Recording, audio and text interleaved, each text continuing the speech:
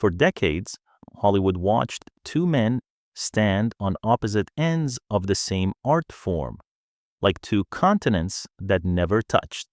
Clint Eastwood was the embodiment of restraint, few words, iron discipline, a director who could command an entire set with nothing more than a quiet look and a steady rhythm.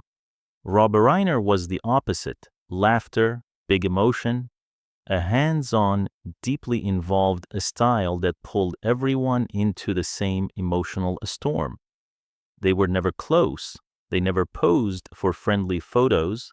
They never offered the public a neat story about mutual respect. But for years, there was something else.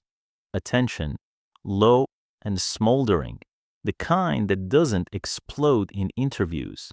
It just sits there, ignored by most people, until time forces it into the open. And then it happened. A week after Rob Reiner and his wife were reportedly discovered to have passed away at their private residence, Clint Eastwood did something almost no one expected him to do. He broke a silence that had lasted nearly his entire life, not with a press conference, not with a grand tribute, but in private exchanges with journalists close to him. He spoke for the first time about a truth that had been buried for decades. Not a scandal, not politics, not some tabloid rumor, a truth rooted in something far more fundamental, a question about the craft of directing itself. Before we go deeper, I want to ask you something, because your answer says a lot about how you see movies. Do you prefer Clint Eastwood's films or Rob Reiner's films more? Because the story you're about to hear isn't just about two famous names. It's about two opposing beliefs, two ways of controlling a set, two ways of treating actors, two ways of deciding whether cinema should guide people or simply reveal them. The story begins in the early 2000s when the two men were frequently placed side by side in film analysis programs on PBS and in a long-running series of articles by the Los Angeles Times examining the power of directors in contemporary Hollywood.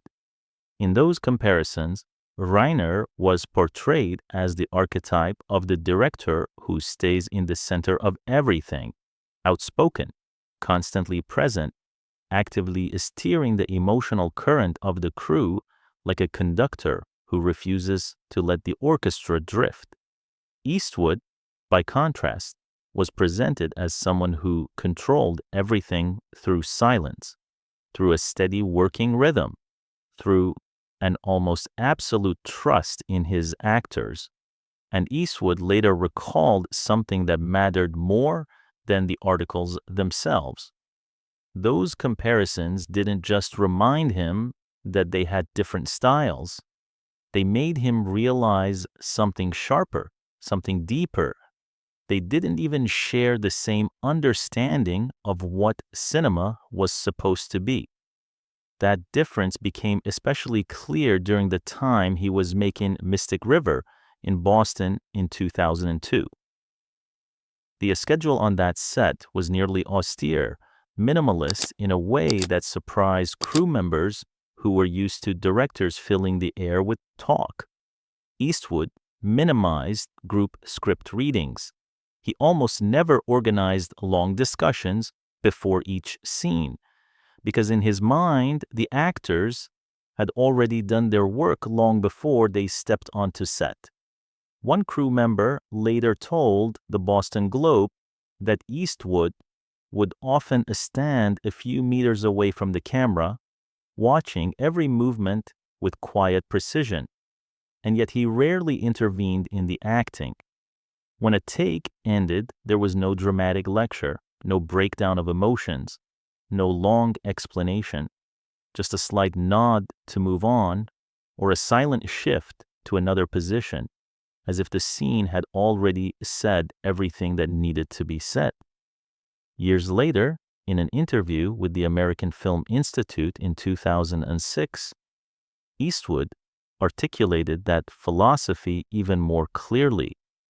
He admitted he disliked directors standing too close to actors and whispering instructions because he believed it disrupted concentration and slowly turned performances stiff and unnatural. To Eastwood, the moment you over-control the actor, you start killing the very thing you're chasing, truth. And that's why, when he looked at Rob Reiner's methods, he didn't just see a different personality, he saw the opposite religion. Because Reiner was famous for a style that moved in the other direction, almost like he believed the talking was part of the acting, part of the process that created the emotional spark. And as this story unfolds, that clash will grow larger than technique. It will become a symbol, a quiet war between discipline and dialogue, between instinct and intervention, between letting a scene breathe and insisting it explain itself. What made the contrast between Clint Eastwood and Rob Reiner is so unsettling was that it never needed a direct confrontation. No shouting matches, no public insults, no dramatic fallout. Their conflict existed entirely in ideas. In the early 2000s, Hollywood was going through a quiet transformation. Studios were becoming more cautious, budgets were tighter, test screenings mattered more than instincts. Directors were increasingly expected to explain their choices, not just make them. And in that environment, Rob Reiner thrived. Reiner believed in discussion, in unpacking scenes, in walking actors through motivation, emotion, and a subtext until everything was clearly defined. On his sets, communication wasn't optional, it was the backbone of the process. Actors who worked with him often described feeling supported, protected, and emotionally guided. They knew exactly what he wanted because he told them, sometimes repeatedly, sometimes in great detail. To Reiner, clarity created freedom, but to Eastwood, clarity could become a cage.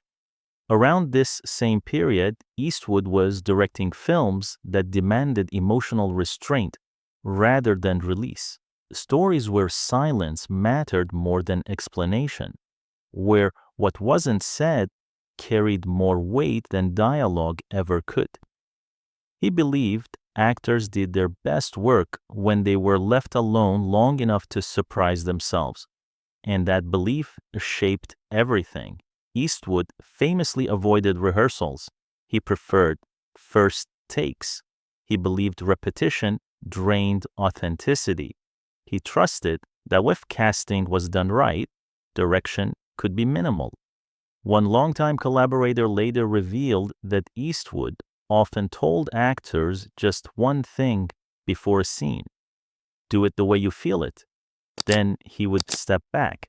This wasn't laziness, it was discipline, a belief that cinema was not something to be forced into existence, but something to be observed as it emerged. And this is where the philosophical divide hardened, because Rob Reiner saw directing as active shaping. Eastwood saw it as patient listening. One believed emotion had to be guided into place. The other believed emotion revealed itself when left undisturbed. Neither man was wrong, but they were incompatible. Industry insiders noticed it. Film schools debated it. Articles quietly framed them as symbols of two competing futures for Hollywood filmmaking. And Eastwood noticed something else, something far more personal. As Reiner became more vocal in public spaces, on panels, interviews, and discussions about cinema's responsibility to society, Eastwood retreated further inward, not out of fear, out of conviction. He believed a director's job ended when the film was finished. After that, the work should speak for itself, and this difference would follow them for decades, not loudly, not dramatically, but persistently. until time removed one voice from the conversation and left the other with something unexpected: silence.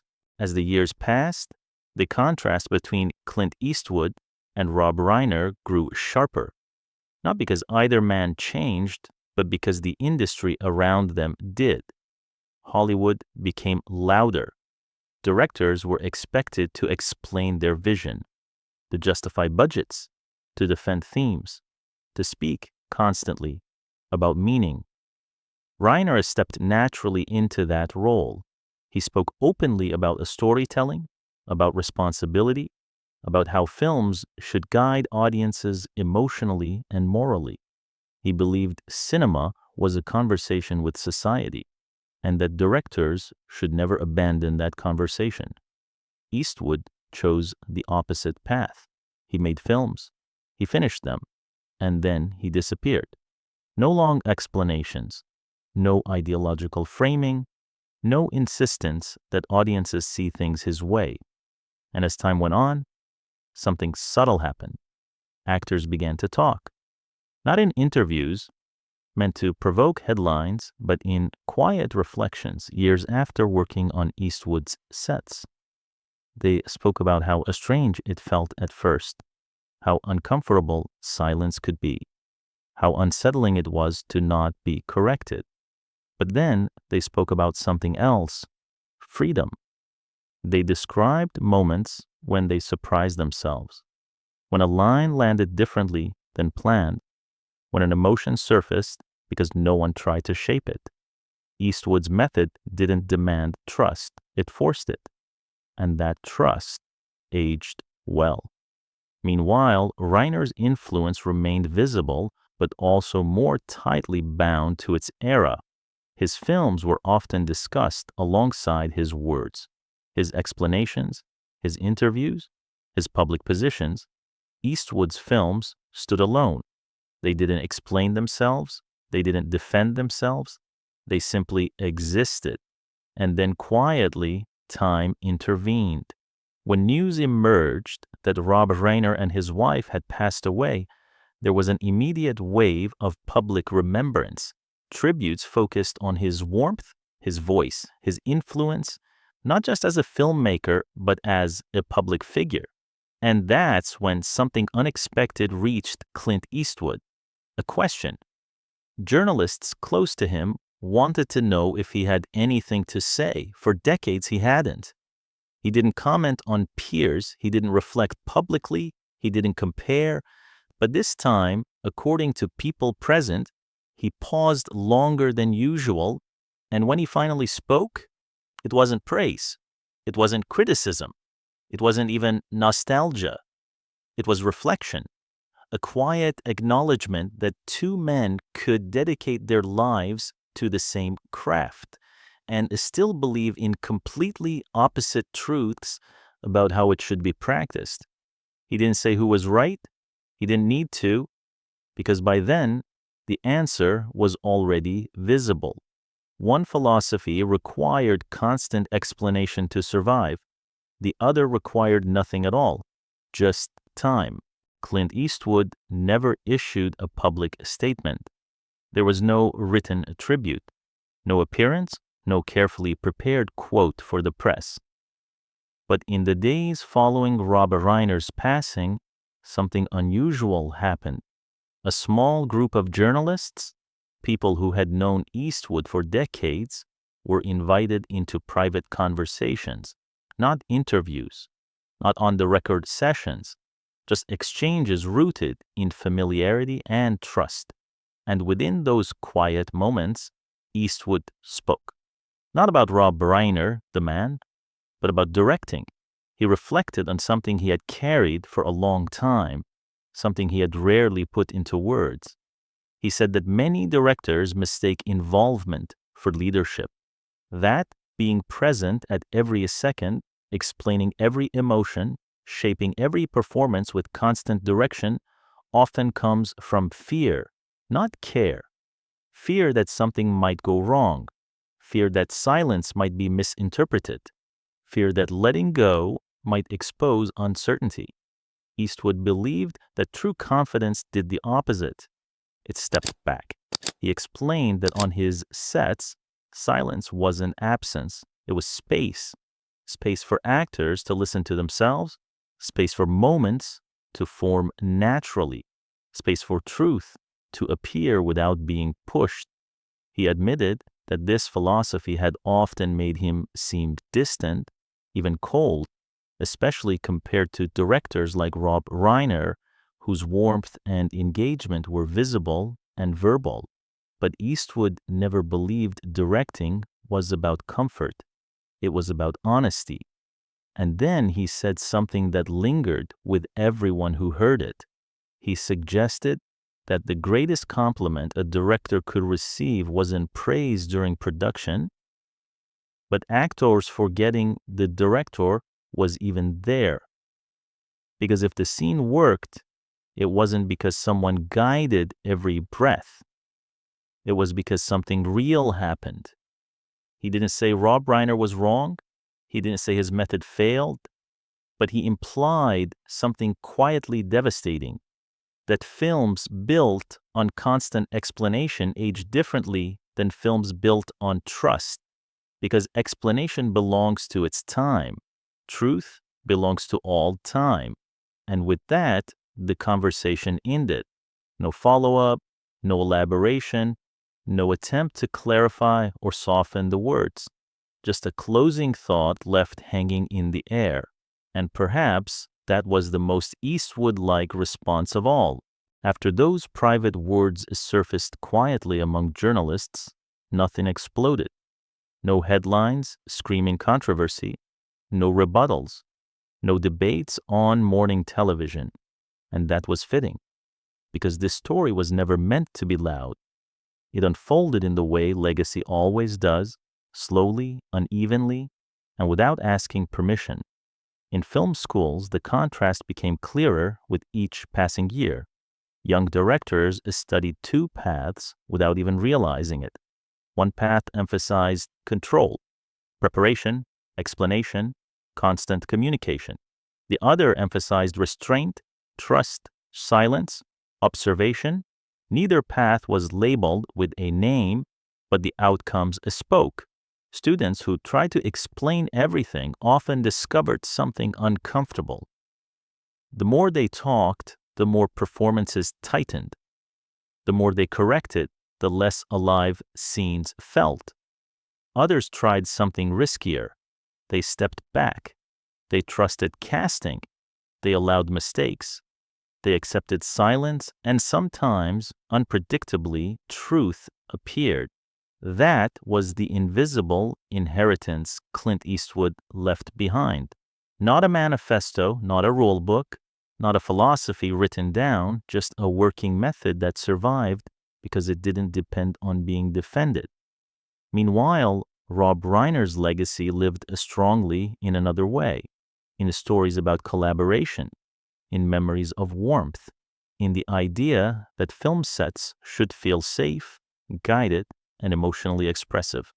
His influence didn't vanish, but it remained tied to conversation. And conversation, by nature, fades when voices are gone. What remained unmistakable was this: time didn't declare a winner, but it revealed a difference. One approach required presence to exist. The other remained even in absence. And perhaps that's why Clint Eastwood's silence after Rob Reiner's death felt heavier than any tribute could have. Because he didn't need to say who was right. The films were already answering, quietly, patiently, relentlessly. As Clint Eastwood grew older, people began to ask the same question in different ways. How did he stay so consistent? Why did his films still feel grounded when so many others felt dated? Why did his method, once considered distant or even cold, suddenly feel timeless? The answer wasn't found in technique, it was found in restraint. Eastwood never tried to guide the audience. He never tried to explain what they should feel. He trusted them the same way he trusted his actors. And that trust created something rare, a relationship that didn't depend on agreement, only attention. Meanwhile, Hollywood continued to evolve. Technology accelerated, dialogue became denser, films became more explicit in what they wanted to say. And slowly, quietly, something became clear. Movies that relied on explanation aged faster than movies that relied on observation, not because they were wrong, but because they were specific to their moment. Eastwood's work avoided that trap because it never insisted on meaning. It allowed meaning to arrive on its own. That was the difference he never publicly argued, the difference he never defended, the difference he never needed to. When people close to him later reflected on those private conversations after Rob Reiner's death, one detail has stood out. Eastwood never spoke with bitterness, never spoke with triumph, never spoke with judgment. He spoke with acceptance, as if he understood something most people resist. That legacy isn't built by being louder. It isn't built by being warmer. It isn't even built by being right. Legacy is built by what remains when explanation is gone, when interviews fade, when voices fall silent, when only the work is left. And in that silence, one philosophy continued to speak without words. In the end, there was no confrontation, no final statement, no closing argument, no declaration of victory, just time. Rob Reiner's legacy lived in memories of collaboration, in voices recalling how guided they felt, how supported they were, how clearly every moment had been explained. Clint Eastwood's legacy lived somewhere else, in pauses, in unspoken tension, in scenes that refused to tell the audience what to feel. And that difference mattered more than either man ever admitted. Because when everything else fades, interviews, panels, debates, explanations, only one thing remains: the work. Eastwood understood that from the beginning. That's why he didn't rush to speak after Rob Reiner's death. That's why he didn't correct the record. That's why he didn't soften his philosophy for public comfort. He knew silence was not absence, it was endurance.